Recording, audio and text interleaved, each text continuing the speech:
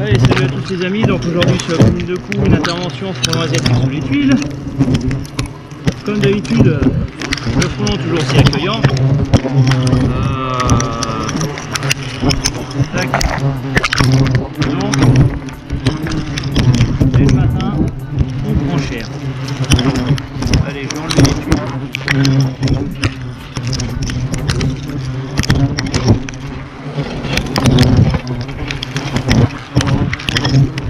Le nid, je l'ai trouvé.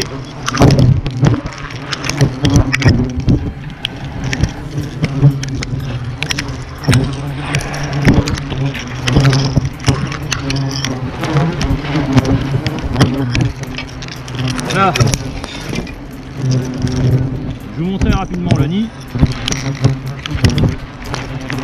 Voilà où il est. Donc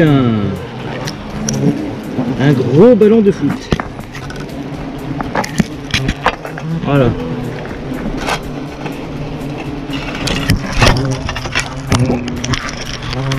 Comme à son habitude, le frelon toujours aussi accueillant. Donc là, j'essaie de remettre les choses à leur place.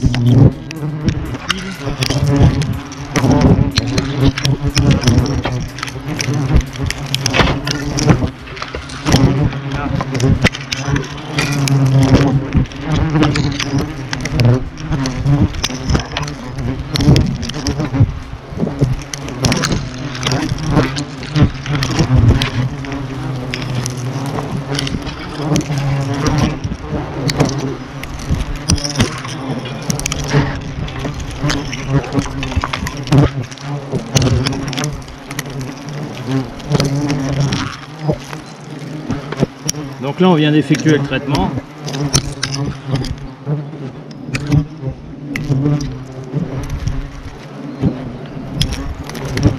Ouais, le client me dit ouais, ça fait un mois que je vois des allers-retours sous les tuiles.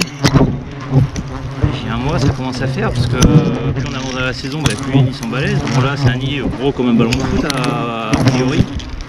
Donc ça c'est pas sur des énormes nids. Enfin. Donc là, avant de lever toutes les tuiles, ce que j'ai fait une observation auditive. Qu'est-ce que c'est une observation auditive? Au lieu de lever les tuiles comme un bourrin, en fait, je regarde le frelon là où il rentre, je tends mon oreille, et en fait, on entend un bruit particulier du frelon, c'est qu'on entend comme un grattement de bois, si vous voulez. Et quand on entend ce bruit-là, ça veut dire que le nid n'est pas très loin de l'entrée au niveau de la gouttière. Donc ça je le fais régulièrement quand c'est sous les tuiles, ça évite d'enlever 5-6 tuiles comme ça à l'arrache, je prends une attaque pendant 3 quarts d'heure et ainsi de suite. Entre guillemets 3 quarts d'heure, je suis de Marseille. Enfin bref, vous m'avez compris. Et du coup en faisant cette petite technique que j'ai élaborée au fur et à mesure de mes interventions, ben, je me suis aperçu que oui, je prends une attaque mais beaucoup moins violente que si j'enlèverais 5-6 tuiles comme ça un petit peu à la va-vite sans savoir où est le nid. Donc là je l'ai fait tout à l'heure, c'est pour ça que j'ai démarré la vidéo avant, parce que bah, je me doutais que le nid n'était pas très loin. Et en levant les tuiles, si vous voulez, tout de suite, bah, j'ai vu le nid. Donc déjà d'une, ça m'évite d'enlever 50 tuiles, et en plus derrière, il faut retuiler. En faisant cette technique là, du coup, ben hop, moi j'entends tout de suite à peu près où est le nid, donc ça me donne à peu près la distance où peut se trouver le nid. Alors après ça peut être 1 à 2 tuiles près, mais du coup j'ai pas besoin de tout détuiler. Donc bah, vous avez pu voir, une intervention rapide, hop j'ai levé une tuile, bingo je suis tombé dessus, j'ai piqué 3 fois dans le nid, j'envoie ma poudre. Tous les autres frelons plus tard dans la journée vont venir au nid s'insectiser les uns derrière les autres, et ensuite l'opération est terminée. Pourquoi, si vous voulez, j'ai une visière, parce que j'ai eu des questions à ce niveau-là, pourquoi j'ai une visière au niveau des yeux. C'est qu'en fait le venin, le frelon asiatique, il jette du venin dans les yeux, comme le frelon européen. Et d'ailleurs, je sais pas comment est la vidéo, mais moi je vois que devant la vitre de la vitre de la GoPro, en fait, il y a plein d'éclaboussures. Si vous voyez des moments un peu flous sur la vidéo, c'est en fait le frelon il s'est attaqué sur la GoPro, parce que quand j'ai eu l'étude j'ai aussi opposé la GoPro, donc pour lui la source d'agression ça a été la caméra.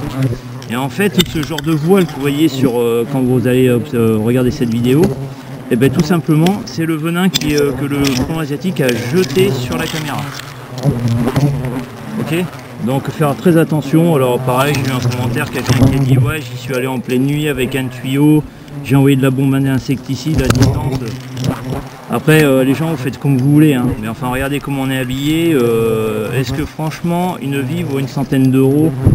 Je pense pas, surtout qu'il y a certaines mairies qui prennent la moitié de la facture, donc ça vous fait un nid à 50 euros, sachant qu'une bonne bombe vous êtes à au moins minimum 30 euros. À 30 euros avec un risque de vous faire piquer et voir un décès derrière. Pour 20 euros de plus, je pense qu'il vaut mieux faire venir un professionnel. Après, chacun voit midi à sa porte. Mais bon, comme je dis, les nids de mars à mai, une bombe insecticide fait très bien le boulot. Mais passé le mois de mai, c'est terminé, chacun son boulot. Hein. Moi, quand ma voiture est en panne, je vais voir un mécano, je m'improvise pas mécano. Hein, vous êtes malade, vous allez voir un médecin, vous n'allez pas vous faire un auto-diagnostic et prendre des cachetons. Enfin voilà, donc c'est pareil. Après, il faut se renseigner aussi au niveau des tarifs, parce qu'il y a des pros, ils du simple au double quoi, en termes d'intervention, donc après il faut faire attention aussi en termes de tarifs. Donc voilà, il faut être cohérent entre la distance qu'on va parcourir pour aller chez le client et le type d'intervention. Évidemment, le tarif par exemple sur un secteur de Montendre, là on est sur la commune de Coux, ça va pas être le même par exemple que si je vais dans le Médoc. Ça va pas être le même que si je vais à La Rochelle. Et encore que quand je vais sur La Rochelle et tout, bon, j'ai une technique commerciale qui fait que je suis encore moins cher que les entreprises là-bas. Et ça je le garde pour moi, je le dis pas parce que j'ai des concurrents évidemment qui me regardent et j'ai pas envie de le dire. Allez, sur ce on va redescendre, donc là tout le monde va se calmer, hein, et puis on repartira en Nice tranquille. Allez, à très bientôt les amis, ciao.